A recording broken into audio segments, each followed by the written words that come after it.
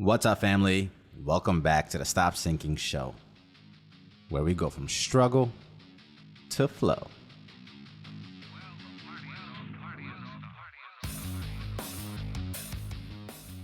I'm surrounded by 4 of my sister's kids right now, so I couldn't help but think about curiosity. Ironically, I was listening to Ed Milet's podcast with, I'm going to mess this name up, Sri Ravi Shankar. I should be able to say that, but when I speak English, I can't speak Hindi. It's like a little weird. Sri Ravi Shankar, and they were on the topic of doubt. How we have a higher degree of certainty for our doubts than we do for our beliefs.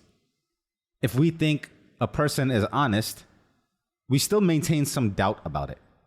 But if we think a person is dishonest, we are more certain about their dishonesty. We don't have any doubt about their dishonesty.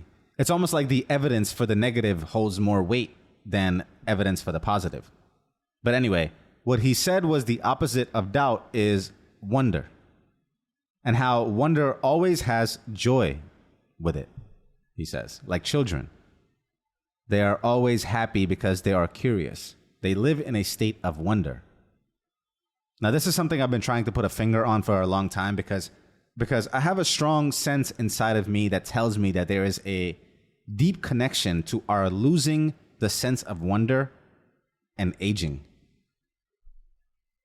And by aging, I don't know if I can scientifically prove this, but the more certainty you begin to have in things, the less explorative you become, the more you circle the same pathways over and over again, and the less vibrance experienced in your brain to form new connections.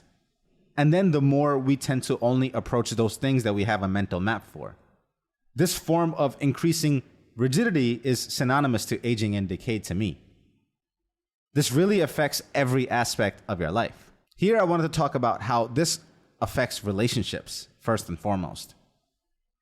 I think what contributes to the fall or decline or dimming of most relationships is that we begin to operate from a place of familiarity and knowing, and less from a place of openness and learning and curiosity and wonder, even in the most nuanced of ways.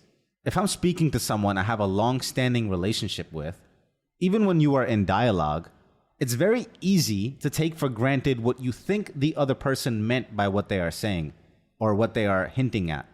For example, if someone says that doing something is hard or difficult, they haven't given you enough information yet.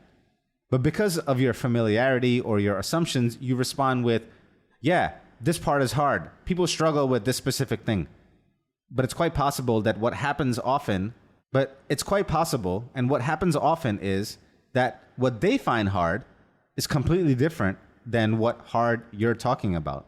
If instead of assuming, you asked 2 or 3 follow-up questions, you might actually find out that they were struggling with a whole different aspect of what you didn't even consider. And in relationships, romantic or otherwise, we assume we know what the other person is saying or where they are coming from. And we respond as if we know this person, so of course this is what they meant. But what wonder and curiosity we used to bring to the relationship when it was new, the questions, the desire to actually know the person, that's what keeps a relationship young. But because we have spent time with someone for a long time, we think we know them. But not only does the person grow and change with you, but the time spent together now allows you to peel the layers and go deeper with questions enough to feed your curiosity for the rest of your life. Because there's an entire cosmos inside of us. How can you ever get to a place where you think you understand a person? We barely understand ourselves. And this is what happens in most relationships. But the reality is, if we maintained the wonder, we would maintain the joy. There's so much left unsaid because we fail to do our part in helping the other person discover themselves.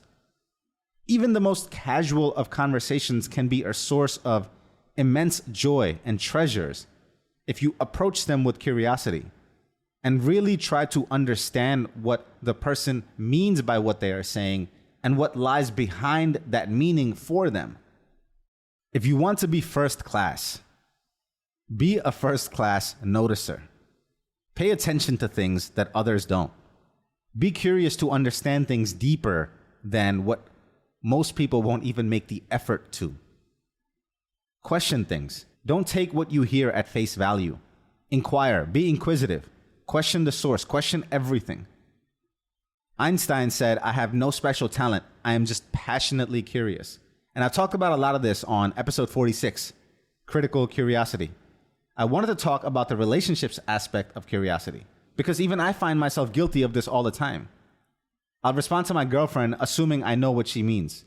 Just in the flow of conversation, I'll just say the next thing in response.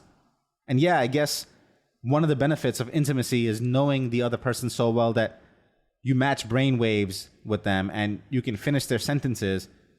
But I do remember our relationship being richer when I approached it with more curiosity. Even the conversations would go in areas I didn't direct them to, because instead of assuming what she is saying, I ask a follow-up question, which reveals to me, and maybe sometimes even reveals to her, what she meant. And then we go on this explorative journey together. Just think about it. Doesn't that kind of conversation just sound richer and deeper and something that has more life in it than a dialogue you have back and forth in assumption to each other's responses? You'll probably have the same dull conversations over and over again. And I find myself exercising this with the kids around, because with them, I genuinely don't know what they mean or what they're trying to say sometimes, because they could have any frame of reference that they're speaking from. I don't want to assume. And when they explain it, I get so much joy from their unique take on it. It's so amazing. It's so much better than what I would have assumed. It would be so dull, like having a conversation with myself, if I just assumed I knew what they were saying.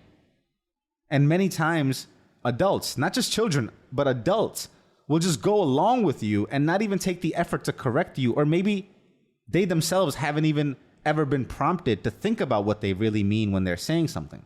So it's like we're living the same life over and over again because we take the wonder out of it. We just keep repeating the same patterns with different people and different faces because we assume that we think we know what people are probably saying. And we all box that into our narrow perspectives. It's like, again, we're living the same life over and over again if we take the wonder out of it, if we take the curiosity out of it. And then we wonder why we aren't as creative. Curiosity is like the right arm of creativity. Openness to experience, which is a personality trait in the Big Five, is literally measured to be extremely high in creative people. So the more curious you are in conversations, the more curious you are about everyday things that every one of us take for granted, the more you begin to see things many of us don't. The more you make connections many of us don't even imagine to be there. You have to have this portal open for something new and novel to flow through. Or else you are just acting out patterns that you have learned, acquired, or developed. To many things in life, curiosity is the cure. Most crises are solved through creativity. Most advances are brought forth through creative action. All of which your openness leads to. And on the other side of that is joy. Love you, family. Stay true, always. See you on the next show.